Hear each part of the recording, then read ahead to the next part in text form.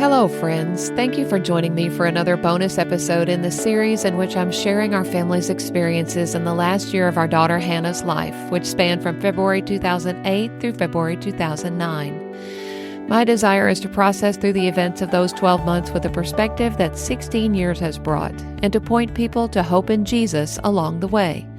I'm grateful you've joined me. This is bonus episode number 50. Trust God and keep driving. It was very important to Hannah to miss as little school as possible for her radiation treatments. That's why we found ourselves driving to Little Rock in an absolute deluge in the wee hours of the morning on this date 16 years ago. Her appointment was at 6:20 that morning, so we had left home a little after 5 o'clock. It was dark and rainy, definitely not ideal driving conditions, but we were glad it was Friday after a long week of treatments. The closer we got to Little Rock, the heavier the rain became, and before long we were driving in a blinding downpour. There weren't many other vehicles on the road at that hour of the morning, but as we approached within a few miles of the I-430 exit, I could see that the traffic was beginning to back up ahead of us. Assuming there must be a wreck up ahead, I whipped our Toyota Camry off onto the access road, thinking I'd skirt around it and pick back up on the interstate on the other side. It didn't take long to see why the traffic had started backing up. As we proceeded down the access road, we discovered that the road was completely covered with water. Not just the entire multi-lane interstate, but the access road we were on as well. I stopped the car, and Hannah and I looked at each other with round eyes. We had to get to this appointment. I had no idea what would happen if Hannah missed a radiation appointment. I realize now it probably wouldn't have been a big deal, but at the time I was terrified by the thought of getting off schedule. We decided that we would push forward and brave the water. The rain was still coming down in sheets, and I knew if we waited much longer, it would definitely be impassable. I could see that a few cars on the interstate to my left were also braving the floods, though most were holding back. I assigned Hannah the job of praying while I drove. White-knuckled, we began our slow crawl through the floodwaters. Being on the access road as we were, there was nothing to indicate the edges of the road, and we couldn't see the road itself. The water was not rushing, so I had no fear of being swept off the road, but I was very concerned that I would drive off the elevated access road into the deeper waters on each side of it.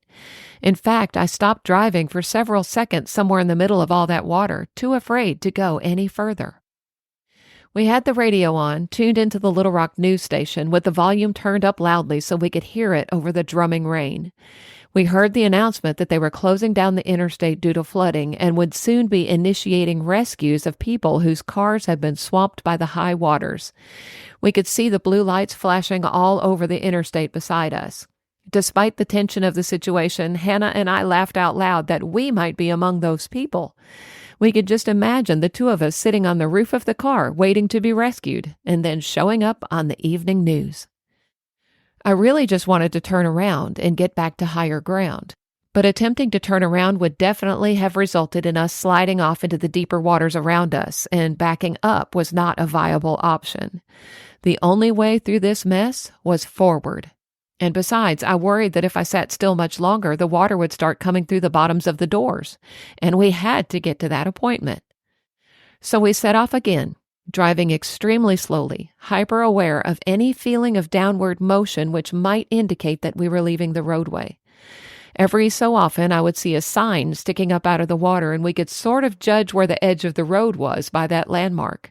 Gradually, as we began to work our way through that lengthy low area, the water became more shallow and the roadway was visible again. We were quickly able to get off the access road back onto the interstate, and as I looked in my rearview mirror, there were only blue lights visible on the highway behind us. No one else got through that area after we did. We shakily thanked God for our safe passage. We made it to Hannah's 6:20 appointment. She got her radiation treatment, and we were on the road heading back to her school by 7 o'clock. Thankfully, the rain had slowed to a drizzle by this time. When we passed back through that area, the water was still high, but the interstate was already back open. It had apparently been a freak flash flood that quickly subsided when the rain slowed down. In one of Hannah's classes, the students spent a few minutes each day writing in a journal. She opened her journal entry that day with, "I almost died today." and proceeded to share the story of our adventure. A bit dramatic, perhaps, but pretty typical for a teenager, I suppose. Really, that morning was a pretty accurate microcosm of the childhood cancer experience. You start out with determination and high hopes, even in the midst of pounding rain, and eventually you reach a point in the middle where you desperately just want to head back to higher ground where things are familiar and safe. But there's no turning around or backing up. The only way through is forward. The edges aren't clearly marked. There are very few road signs to guide you on your way, and the heavy rain keeps getting in your eyes. You have no idea when or how this thing is going to end, but you just have to trust God, grab hold of the steering wheel, and keep driving.